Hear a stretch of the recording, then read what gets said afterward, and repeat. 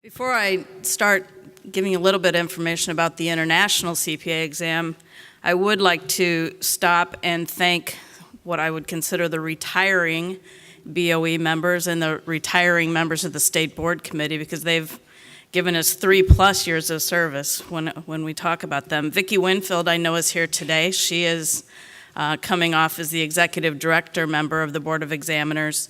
Larry Samuel from Virginia, Gary Fish from Illinois, and Doug Warren as the past chair has probably served 5 or 6 or 7 years on the Board of Examiners. So we truly do appreciate all of the time and effort that they've taken with the Board of Examiners.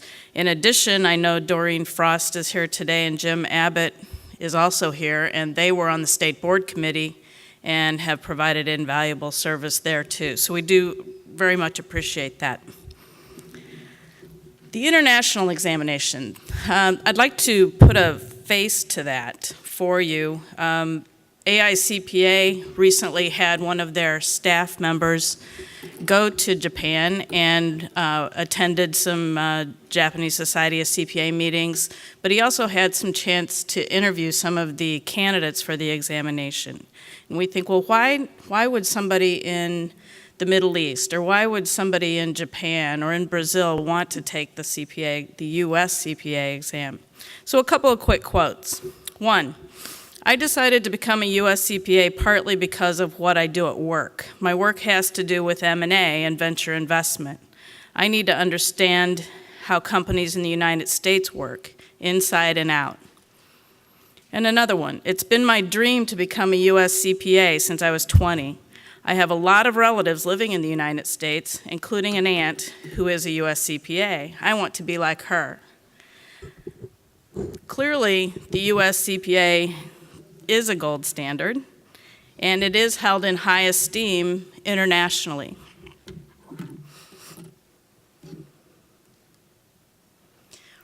As of now, there are 42 boards of accountancy that allow international testing. So they allow candidates to take the CPA exam at international locations, and these are the states as they're listed. This particular slide I found interesting because even though there's not a index to it, it does show that the darker color green are the states that have the highest volume of international candidates.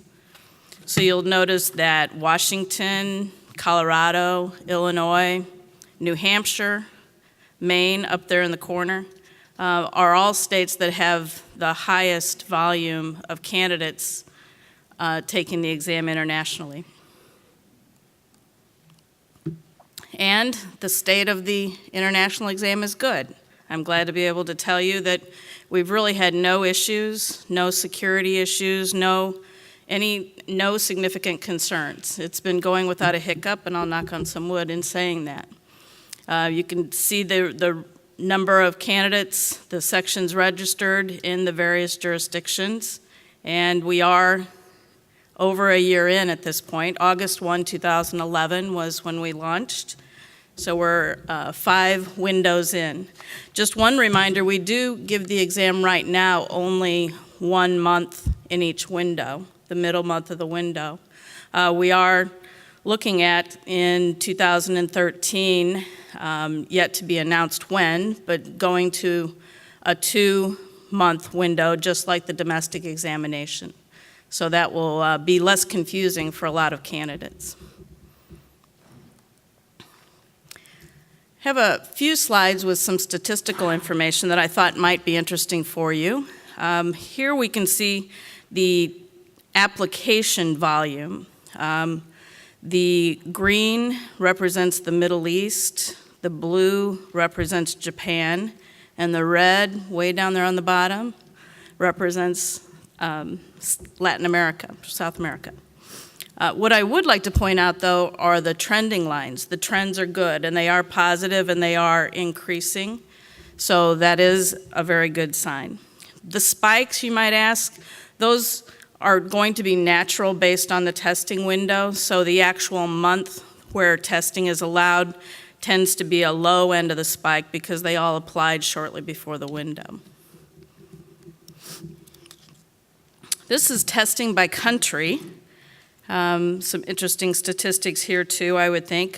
Kuwait is the only country that's showing a decline, only showing a negative trend. And I'm not going to go into it in detail because Rick covered some of this, but the pass rates for the international locations tend to be lower, and I think Rick did provide some information about what could be a cause of some of that. Here too, we have audit, reg, BEC, and FAR. As Rick mentioned, I think a few things that might be interesting here, you can see that the Middle East and Japan are converging on the audit section. Their pass rates are converging, which I think is interesting. As Rick mentioned, BEC has the highest performance difference, partially because of the essays. But I think there's some interesting things going on in these statistics. This is one that's not in your handout because we came up with it more recently. It shows the age dispersion versus score. So this is for Middle East test takers. The up and down axis is showing the score, and the lower axis is showing the age. So you see a fairly young population of test takers. And here's Japan. So it's kind of interesting, I see, to flip back and forth. It's an older population taking the exam, and if you've heard me give this presentation before, so there was Middle East, and there's Japan. What happens in Japan is they tend to take the CPA exam much later in their career. They don't take it right out of university.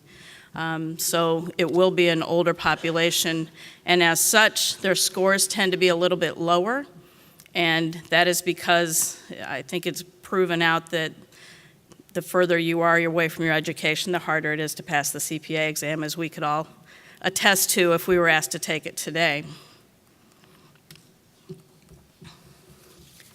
A few highlights on the communication side. We did just have the first anniversary, and so we did have some press releases.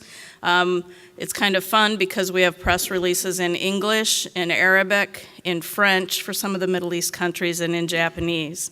But you probably saw some of those. I know that we would have provided them to you through NASBA too, but we got a lot of good press out of the first anniversary of the CPA exam. We also have a number of outreaches with RCP review course providers and with universities. In Japan, we tend to meet more with review course providers since it's the older population, not right out of university, taking the exam. And in the Middle East and in South America, it would be more through universities. But I am happy to announce on my way to Guam, and I know Arlene Thomas with AICPA has some meetings in Japan already. We're going to be meeting next week with some of the review course providers and some of the candidates in Tokyo. So we're looking forward to that. We also have been working on relationship building. I know through AICPA, some of their AICPA members in Japan and in some of the foreign countries and in CPAs who live there, we are reaching out to them as ambassadors to talk to candidates and talk to students about the US CPA and what the value is, and also to make sure that we're talking to them about what the requirements are to sit for the CPA exam internationally, that there is a requirement to become licensed, and that is an important factor that they need to consider when they are going to take the examination. And lastly, you'll see a website there. I can't promise it might be entertaining for you to go to it unless you know Japanese, because if you do go to that web link, you're going to see a Japanese language website, which was launched recently also for the Japanese candidates. So where are we looking to in the future? We are currently reviewing the pilot progress and negotiating new contracts with Prometric and AICPA related to the international examination, and those negotiations are all going very well. We are also considering, as I said, extending the testing windows, and I would anticipate that that will happen during 2013. And lastly, expansion. This is a question we often get. Are you looking at expansion, and where are you looking at expanding? We're going to take it slow. We're very serious about making sure that we're protecting the examination, the security of the content. And so I believe there was a question yesterday about going to China. That's one of the things that we have to be very careful about. As I've said before, we have three criteria, three things that we consider. One is security of the content of the examination, making sure that we're protecting it. 2, we want to go where there will be volume. And 3, we have political considerations. There are certain countries that aren't eager to have the U.S. CPA exam given in that country at this time. So we do have to consider that as we are making our determinations about where to go next. I can tell you we're very close, I believe, to announcing that we'll be going into Saudi Arabia. And we are also looking very closely at this point at Germany as an entree to Europe.